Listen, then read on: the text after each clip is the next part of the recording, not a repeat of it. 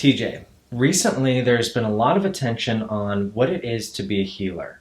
And I know that in a lot of our conversations, we speak to the work that we do with clients and people in recovery and mental health. And I thought it would be really good for us to actually break down what it is to be a healer, because I think there might be a little more to it than people think. Well, I want to start with the number one way I can be a healer is to heal myself first. And I think there is a bit of a misnomer out there that I am here to heal you. The truth is, each of us have access to our own inner wisdom. And if I'm going to hold a space for healing, I'm actually not the one doing the healing. And I think that's fundamental and very important. Exactly. And I think a lot of that has to do with why people become healers in the first place.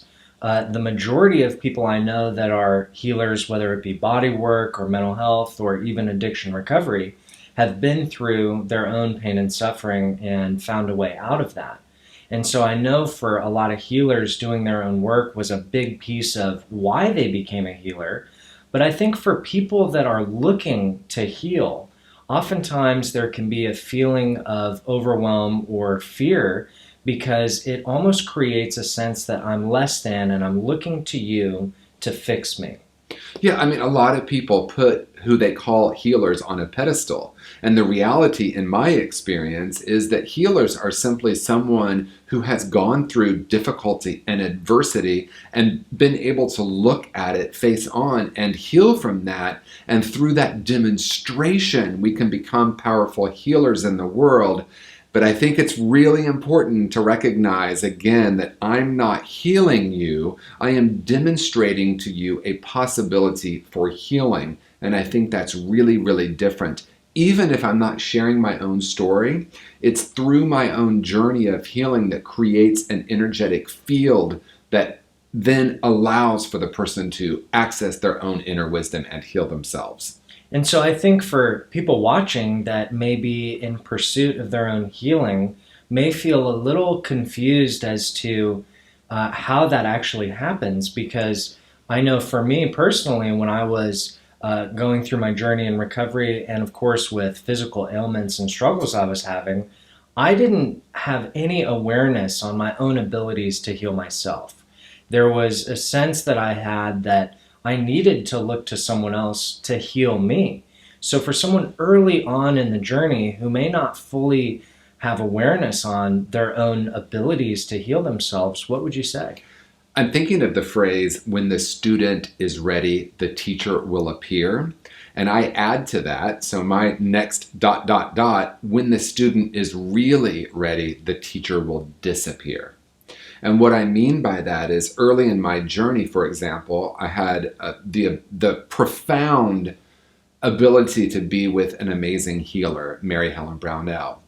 And I know, because I know her really well, that she did not see herself as a healer. She simply healed herself from a lot of her past trauma and her addiction and some mental health issues. And because she had done that, she wasn't teaching me, she was demonstrating to me what the possibility of a different way of being was and is. And so she, through her demonstration, not through her words, participated in my healing, and she gave me the ability to understand that the healing actually happened within me.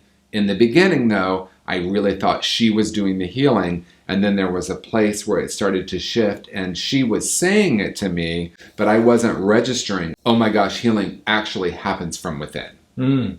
Yeah, that's really profound. And I think a lot of that speaks to our ability to access what we have inside. And what you said that's really powerful is that oftentimes when we're speaking to people who are in active addiction and considering treatment, it can be a very scary time. It can be a very intense time.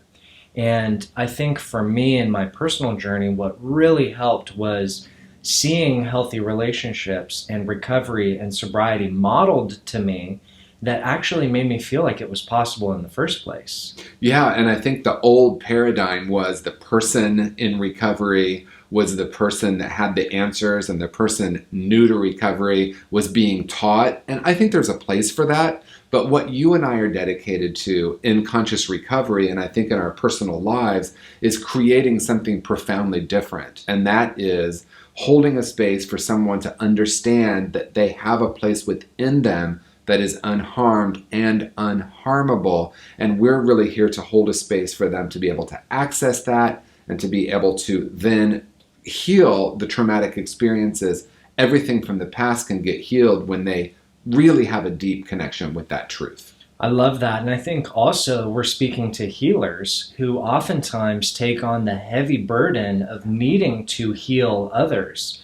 And I know personally, having worked with many body workers, acupuncturists, massage therapists, and people in mental health, that it can become very burdensome, the weight of needing to heal all their clients or the people they work with. And so what would you say to healers who want to deepen their own personal journey in order to better serve the people they work with? Well, what you're speaking to, I think, is so important, because how many times have we either seen social media posts or heard people saying, I'm an empath and I keep taking on the energy of the people around me. So yes, and if I go into a session, regardless of what kind of work I'm doing, facilitating a group, whatever that is, if I go into it thinking I am supposed to heal you, yes, it's going to be difficult. Yes, I'm going to feel burnt out. If I also go in thinking that my role is to be empathetic and feel all of your pain and take it on, that also can be depleting. What is really different about what we're saying is simply this. We are open, we're creating a space, we've done enough of our own healing that we can be present with the person in front of us without taking it on or believing that it's our job to fix something. And it starts with the fundamental truth. I'm not broken and you're not broken. We are both whole and perfect spiritual beings on this journey of inner exploration together. Beautiful. And so I think another thing I'd like to point to is in work with our clinicians and therapists and colleagues in the field, a lot of them are starting to see the merit in their own work. A lot of therapists go to therapy themselves. A lot of therapists pursue that inner healing already. And so I'm wondering, what does conscious recovery offer to clinicians or healers in a way to deepen that healing for themselves? It starts with recognizing that life is energy. So it's not so much how I sit, how I approach you, what I say. The words are less important. It's really an energy field. Now, why am I bringing that into the conversation? When I recognize that life is energy, I understand at a very deep level that I'm not here to fix or change you. I'm here to be the field, the energetic field of openness. And what that requires of me is, yes, to do my own healing work. The benefit of that, though, is the person I'm sitting in front of has a much higher possibility to access their own healing. And also, I feel energized by my work rather than depleted. We have a lot of talk about boundaries in our field. Like, I need to set a boundary with you. On one level, boundaries, of course, are important. On another level, energetic boundaries can be brought down. I can be open to you and be in this energetic field for you. And to me, that's the bottom line. And that's really the simplest way to say it. I do my own healing so that I can be present for you. I view you through the lens of wholeness and perfection.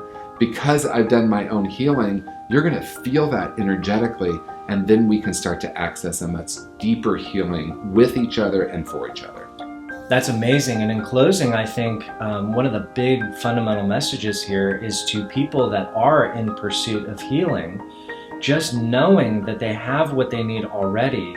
And going to a healer doesn't mean that they're inherently broken or need the other person to fix them, but rather offer a support in their personal healing journey. That's right. And really, what we're here to be is a field of presence. And when I understand that, life becomes really simple. I don't need to know what you need. I can be open and present, and together we can explore that, and profound things emerge in that commitment to simply being present with what needs and wants to emerge. I don't need to figure it out. I don't need to fix you. You're not broken. We simply open up to the infinite possibilities together.